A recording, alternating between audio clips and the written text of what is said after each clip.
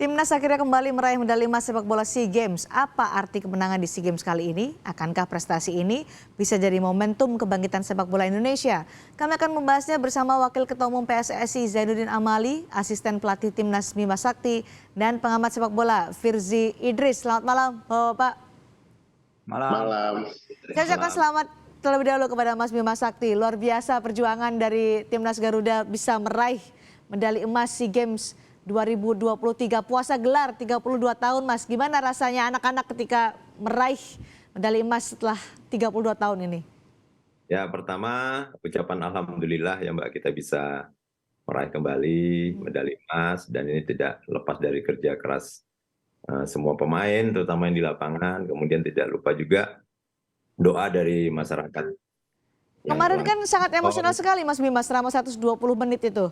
Ya, yang pasti ya banyak ya momen-momen yang membuat pertandingan semakin memanas, tapi alhamdulillah kita bisa menahan walaupun ada beberapa ofisial yang harus terkena kartu merah dan beberapa pemain yang harus terkena kartu merah. Dan alhamdulillah juga kita juga terima kasih pada Pak Waketum, kemarin juga sempat hadir di lapangan memberikan support buat kita, dan Pak Ketua Umum juga Pak Erik, jadi ini menjadikan motivasi buat pemain. Ya. Mungkin itu, Pak.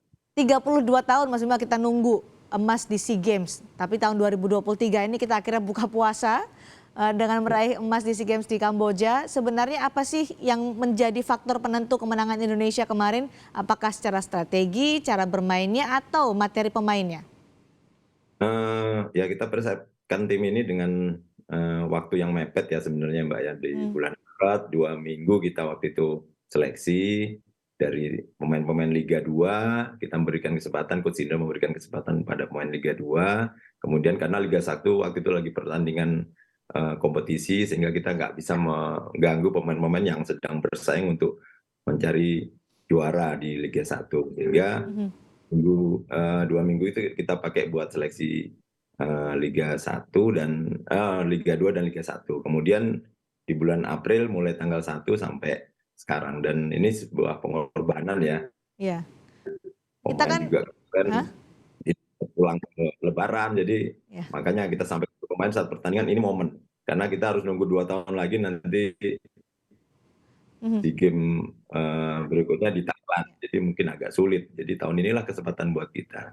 Sebenarnya kemarin kan kita sudah unggul 2-1 sampai hampir menit ke 90 plus 8 menit ya. Tapi 1 menit, kurang dari 1 menit sebelum pertandingan berakhir, akhirnya Thailand bisa menyamakan kedudukan, memaksakan perpanjangan waktu. Bagaimana membalikkan mental dari timnas ketika sudah hampir menang tapi harus menunda dulu kemenangannya sampai perpanjangan waktu. Gimana tuh Mas Bima? Ya, kemarin memang itu yang momen paling tersulit lah dalam sepak bola ya, karena kita dalam posisi menang, kemudian apalagi di menit akhir yang sudah tinggal hitungan detik ya. Detik lagi. Iya, karena setelah gol itu begitu bola dibagi di tengah udah langsung habis. Ya. Dan begitu kita kumpulkan pemain, itu Coach Indra dengan Pak Marji itu bagaimanapun saya juga melihat wajah raut pemain itu. Marcelino sudah nangis, kemudian Fernando juga udah bilang kan kita harus siap sampai menit-menit akhir, tapi saya yakin pemain juga ngomong, dan kita yakin sih kita akan bisa menang gitu. Makanya mengangkat motivasi mereka tuh sulit sekali kemarin Mbak, tapi alhamdulillah mereka bisa. Apa yang dikatakan sampai akhirnya motivasi itu kembali lagi sampai kita bisa melibas Thailand 5-2? Ya, Coach Indra bilang tetap fokus, kita masih ada waktu walaupun diperpanjang, ya alhamdulillah kita bisa bikin gol lagi, 3 gol lagi, kemudian pemain bisa mempertahankan kemenangan itu. Sampai titik terakhir harus diperjuangkan. Pak Amali, apa arti kemenangan medali emas SEA Games ini untuk persepak bolaan Indonesia, Pak Amali? Ya, saya kira ini adalah kerinduan 32 tahun tentang prestasi sepak bola di tingkat Asia Tenggara, ya. Dan ini artinya ya buat masyarakat Indonesia, terutama bagi para pecinta sepak bola yang sangat rindu dengan kemenangan ini. Kami dari PSSI tentu hanya bisa memfasilitasi, memberikan dukungan, tetapi yang menentukan adalah tetap anak-anak yang main di lapangan dan tim pelatih, Coach Bima, Coach Indra Sakti dan Bima Sakti dan lain sebagainya.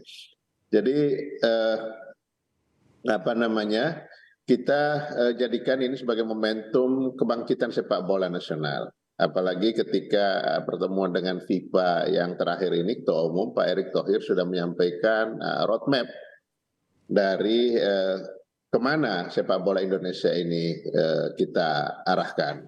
Oleh karena itu, ya dukungan dan doa dari seluruh masyarakat Indonesia yang juga telah menentukan kemenangan ini, atas nama federasi tentu saya ingin menyampaikan terima kasih kepada semua pihak, baik yang menyampaikan respon secara positif, ada juga yang kurang dan sebagainya. Tetapi itu menjadi hal yang membuat kita semakin bersemangat untuk melakukan berbagai hal untuk perbaikan, untuk transformasi sepak bola Indonesia ke depan.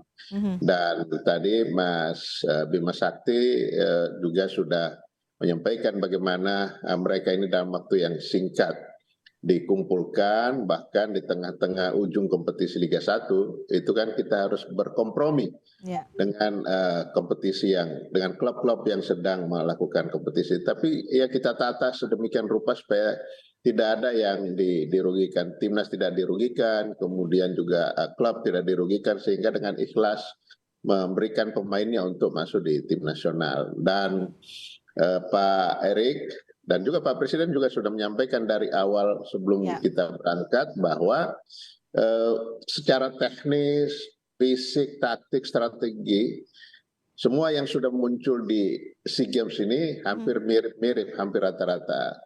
Nah, yang akan menentukan adalah bagaimana mental mereka. Dan semalam, bahkan pada saat semifinal, kita bisa saksikan anak-anak ini mental juaranya sudah, insya Allah sudah mulai terbentuk. Dan kita tinggal jaga aja. Oke, Mas Firzi, Anda melihat mental juara ini menjadi faktor penting kemenangan Indonesia di final SEA Games sampai bisa melibas 5-2 loh, skornya telak banget. Iya, tentu saja ya, kemenangan menurut saya yang menunjukkan karakter anak-anak pasukan Indra Safri ya. Tim ini tahu cara menderita dan juga cara bangkit. Karena ya kita aja sebagai penonton ya, Mbak ya, kita lihat di layar kaca aja.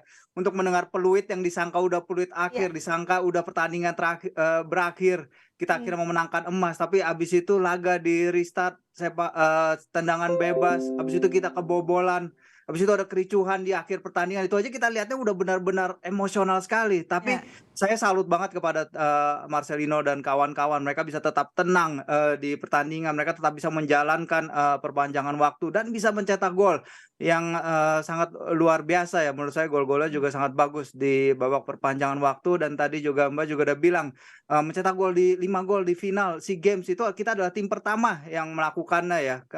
Karena sebelum ini kemenangan terbesar, tim paling banyak mencetak gol adalah Thailand di SEA Games 1993, ketika itu mereka menang 4-3 lawan Myanmar. Bahkan 13 final SEA Games terakhir, 2 tim itu maksimal hanya bisa mencetak 3 gol dalam satu pertandingan. Jadi untuk kita mencetak 5 gol final itu adalah luar biasa. Salut sekali kepada tim klub pelatihan Mas Bima dan juga kepada Pak Amali. Luar biasa sekali jajaran untuk bisa membuat satu generasi pemain yang menurut saya luar biasa. Dan ya itu tadi, the future is bright kayaknya nih dengan masa depan pemain-pemain kita punya sekarang. Seperti tadi disebutkan oleh Pak Amali bahwa ini bisa jadi momentum meningkatkan sepak bola Indonesia ke level yang lebih tinggi, ke Asia. Menurut Anda bisa, Mas Firzi? Untuk ke Asia kenapa enggak? Itu kita harus optimis, kita selalu harus punya optimisme itu. Tentu tidak hanya tergantung kepada para pemain ini ya. Oke, kita punya pemain-pemain yang sangat luar biasa. Marcelino 18 tahun, Rizky Ridho 21, banyak pemain-pemain yang juga dalam kategori usia itu 18 sampai 21 yang punya potensi luar biasa.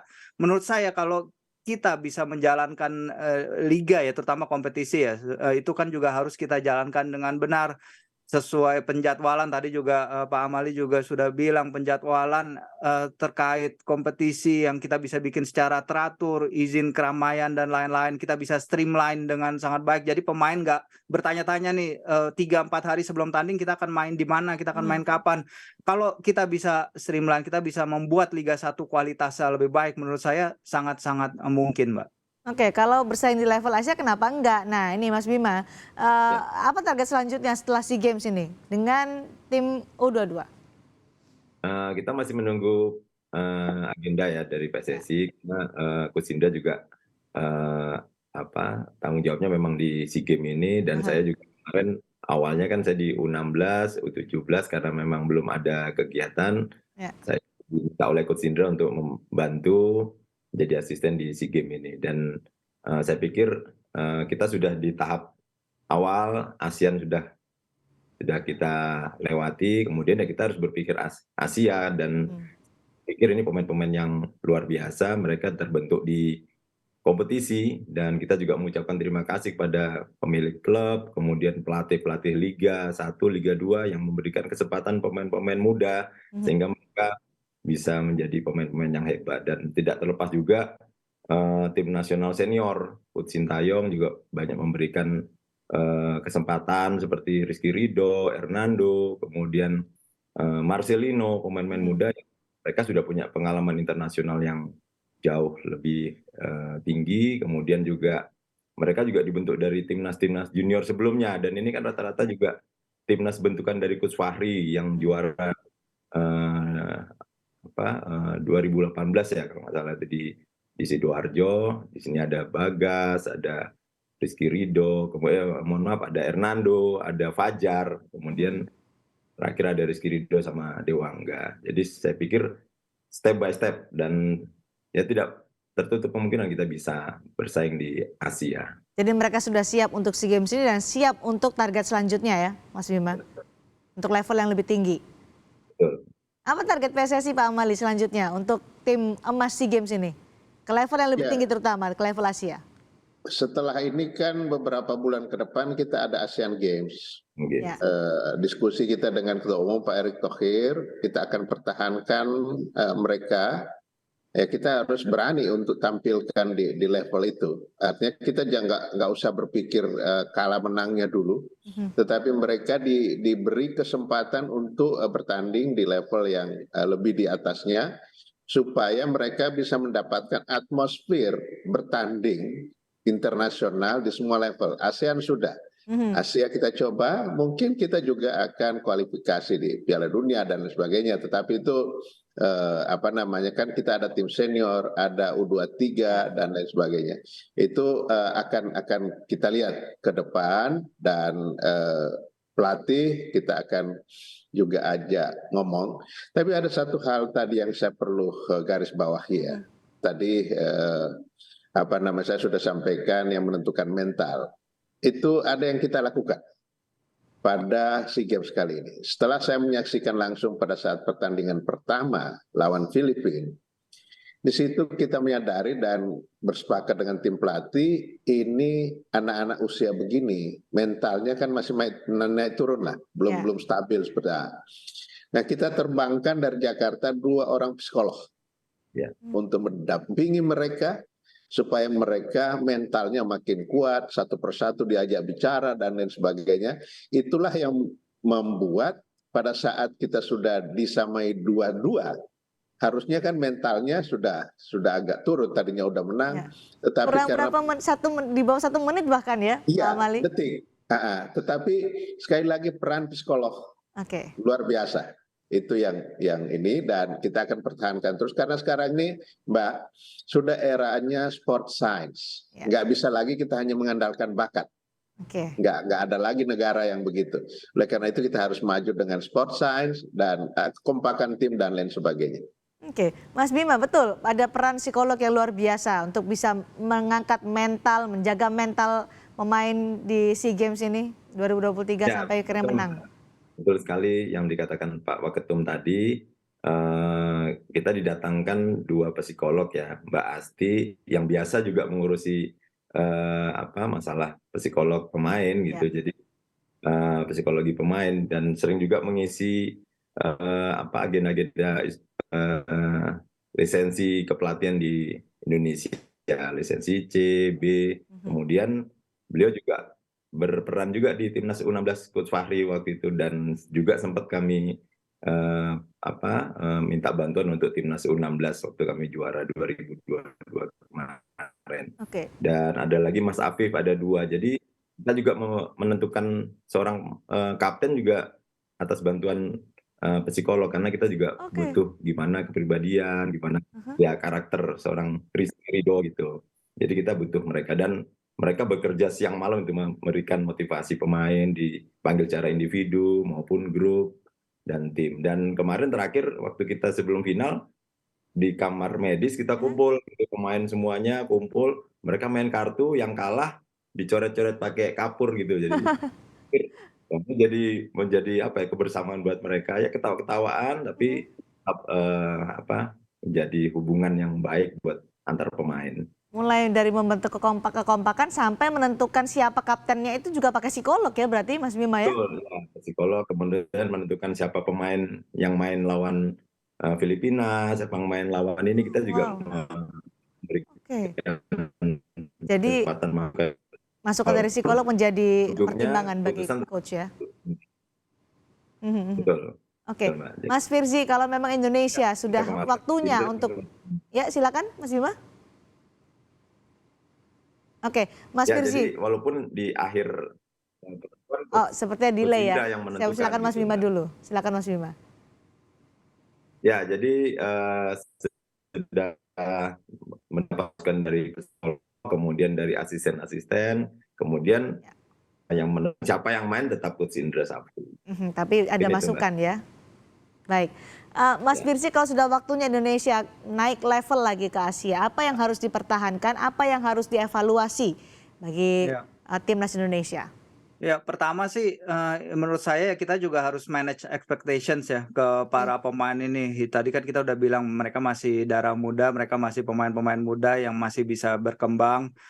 Coach Indra sebenarnya sudah berbicara juga kepada para pemain ya setelah final ya, ketika dia mengatakan setelah keluar dari sini mungkin 1-2 minggu kalian masih euforia, tapi setelah itu fokus bagaimana karir kalian makin lama makin bagus. Menurut saya itu pesan yang sangat bagus sekali kepada para pemain agar mereka walaupun dalam euforia memecahkan dahaga puasa 32 tahun, tapi kaki mereka tetap harus berpijak ke bumi, bahwa kedepannya masih akan ada lagi tantangan-tantangan besar di karir mereka, dan karir mereka akan ups and downs.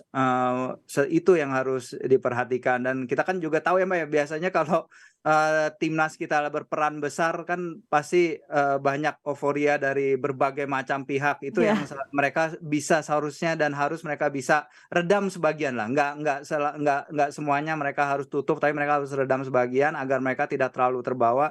Karena biar bagaimanapun ini adalah tim kompetisi U20, U22 ya, dan kedepannya itu tadi bagaimana cara menerjemahkan kesuksesan ini menjadi continued sukses di level senior. Karena kalau berbicara hasil kita berbicara timnas senior. Kalau berbicara U22 sebenarnya kita masih berbicara pengembangan, development.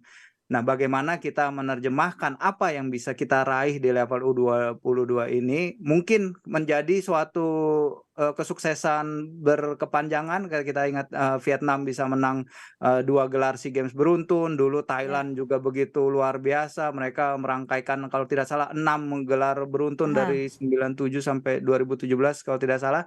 Dan ini adalah suatu hal yang harus bisa kita lakukan juga gitu. Saya nggak ngelihat alasan kenapa kita nggak bisa, karena kita bisa terbukti kok kita bisa menciptakan generasi pemain yang luar biasa seperti ini. Conveyor beltnya, pabriknya pun seharusnya bisa juga untuk kedepannya agar kita bisa menciptakan kesuksesan yang berkelanjutan, Mbak. Oke, baik Pak Amali, terakhir target terdekat apa nih Pak Amali? Terdekat yang saya sampaikan tadi, beberapa bulan ke depan kita ada Asian Games, kemudian ada AFC Cup ya, kemudian tentu ada kualifikasi yang tingkat baik apakah itu untuk World Cup maupun untuk Olimpiade, kan ada masih jalan itu ya. Sehingga kita berharap semuanya itu kita bisa ikuti, tentu dengan berbagai kategori tim ya. Kalau yang nggak ada yang senior ya senior, U23, 23 dan sebagainya. Baik. Pak Amali, kapan timnas Indonesia pulang dari Kamboja? Ada penyambutan nggak? Ya, rencananya besok. Besok mereka akan tiba, karena tadinya sudah hari ini cuma Pak Ketum, Pak Erik sampaikan ke kami, para pengurus sudah biarkan dulu mereka melepaskan kecapean mereka di Phnom Penh. Udah besok baru kita terbangkan bersama-sama mereka ke Jakarta. Ada selebrasi nggak Pak untuk juga bertemu dengan pendukung atau pecinta timnas Indonesia? Ada waktu untuk itu? Sudah ada beberapa kelompok-kelompok supporter yang meminta, tetapi kita kan harus koordinasikan dengan pihak keamanan, dengan pihak Polri dan lain Oke. sebagainya, dan di internal sendiri kita harus atur jangan sampai euforia ini malah akan berdampak kurang bagus ya. Jadi kita harus atur betul.